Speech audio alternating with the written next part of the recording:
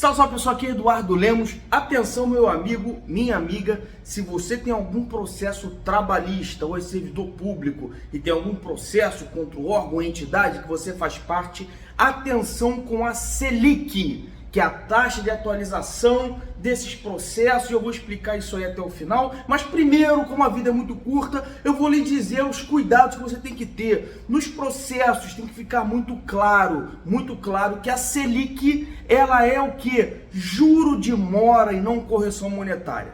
Se você quer saber o motivo desse meu pedido de cuidado máximo que pode levar a problemas graves com a Receita Federal, fica comigo aí até o final, que eu vou te explicar tudinho, com toda a paciência que só o Dudu tem. Pois bem, se você acompanha meus vídeos, vai saber que há anos atrás, exatamente 2022, eu já tinha alertado isso, de que a instituição da Selic como taxa de atualização para a Justiça do Trabalho e a Selic como taxa de atualização a partir de 2021 para todos os processos contra a Fazenda Pública iria trazer problemas com a Receita Federal de malha fiscal, e pumba, não deu outra. Estamos agora, minha equipe está agora debruçado sobre o primeiro caso de malha fiscal de um contribuinte de Goiás, tá? Que não fez conosco o manual de lançamento. Não fez, porque se fizesse, já ia saber disso lá atrás, porque nós sempre fazemos o alerta quando vemos algum problema.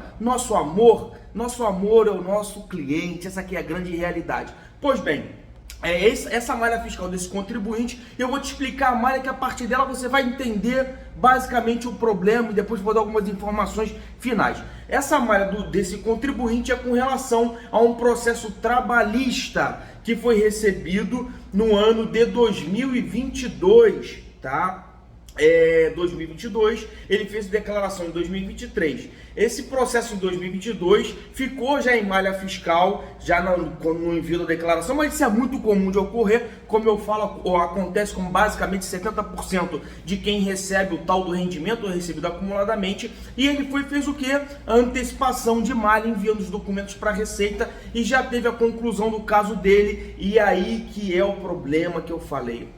No caso deste contribuinte, quando nós vamos analisar o processo para fazer o manual de lançamento, que é o primeiro passo, quando a gente pega uma defesa de malha fiscal, o que nós constatamos? Constatamos que o cálculo homologado, o cálculo tido como correto no processo dele, que foi do perito judicial, tipificou na planilha que a Selic, que aí eu tenho que te explicar rapidamente o motivo de ser aplicada a Selic na Justiça do Trabalho. A gente teve uma decisão do STF que disse que balizou a atualização dos débitos trabalhistas de forma que pré-processual e pós-processual. Essa fase pós-processual é a Selic para todos os casos, a partir ou do ajuizamento ou da sentença, tá? Mas qual o problema da Selic? A Selic é uma taxa híbrida, ela é editada pelo Banco Central, e dentro da Selic, você tem tanto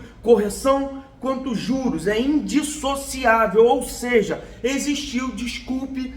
mas existiu um erro técnico por parte do STF na hora de dizer que a Selic deve ser utilizada para atualizar, sem explicar como vai se separar o que é correção, que é tributável para o imposto de renda, e o que é juro de mora, que é indenizatória para o imposto de renda, conforme o próprio STF já definiu anteriormente. Ou seja, a bagunça dentro da bagunça, e volta aqui agora, na planilha do perito desse processo, o perito chamou essa tal de Selic de o quê? De correção monetária.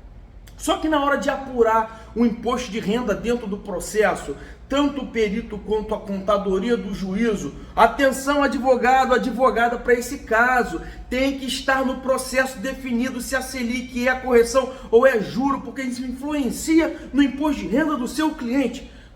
Eu canso de gritar, canso de falar, não canso não, as pessoas não me ouvem, ouçam o Dudu. Então, conclusão, no caso dessa pessoa, desse contribuinte, a Selic não foi incluída na base de cálculo do imposto de renda no processo, em que pese ter sido chamado de correção no cálculo homologado de correção monetária, e correção monetária é tributável para o imposto de renda. Seguiu a vida, pagou seu imposto de renda no processo desse contribuinte, recolheu o DARF bonitinho, ele fez declaração de imposto de renda, conforme está no processo, ficou em malha, manda o documento para a Receita. E o que a Receita disse? Disse que a Selic deveria ser tributada, porque a Selic no processo foi tipificada como correção monetária e não juros de mora. Isso passou batido por todo mundo, passou batido pelo contribuinte, pelo advogado do contribuinte, pela contadoria do juízo, pelo juízo.